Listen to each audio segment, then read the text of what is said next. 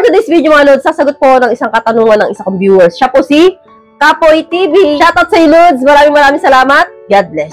Sabi niya sa akin, ano ang nararamdaman ng mga babae kung gustong-gusto nang magpatira sa lalaki? So, ang kulit ng tanong mo, Lods, natawa ako sa tanong na to, no? Ano nga ba ang pakiramdam ng babae kapag gustong-gusto nang magpa-jerjer sa lalaki, no? Una-una, Lods, no?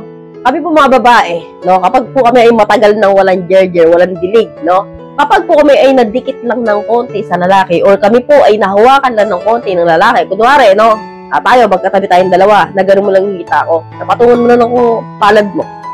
Or, naakbayan mo lang ako, or nahawakan mo lang ako sa baywang, di ba kayo mga lalaki may ligim hawak sa baywang, pag gano'n. Diba? Yung mga gano'n, no? Basta nahawakan nyo ang isang babae na matagal nang walang dilig, ang babae, nagbabasa na yan.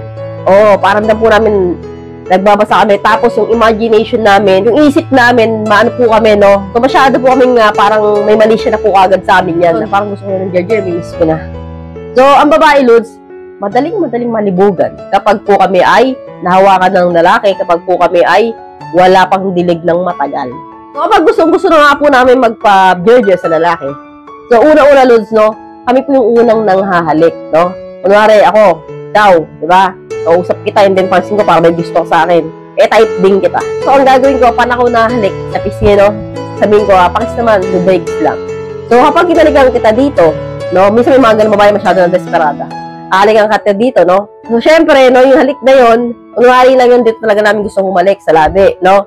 So, may mga babae, Lods, na sobrang gusto talagang magpa-jerjer ang ginagawa. Sila na mismo humahalik sa lalaki, no? Dito, smack.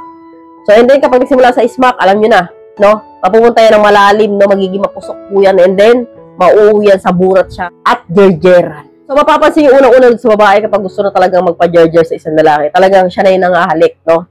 Siya na yung dumidikit. Siya na yung nangahawak, siya na yung parang, ayun, nangaakbay, yung mga tipong ganun, no? And then, siya na mismo yung kumukuha ng kamay niya para ilagay niya sa bewang. Yung mga tipong ganun, siya na mismo yung nagpapahawak. Parang, oh, yan, hawakan mo na yung ano ko.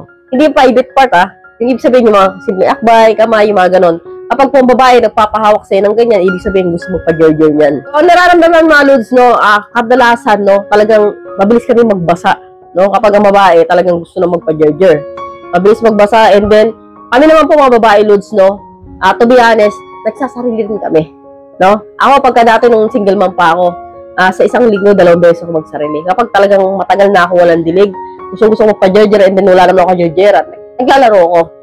So, nanonood din ako ng mga, alam mo na, bakbakan video, and then, nire-release ko rin yun. Siyempre, kami mga babae, no, katulad yung rin po kami mga lalaki na yun, nagsasarili. So, hindi naman po kami robot, tao rin po kami.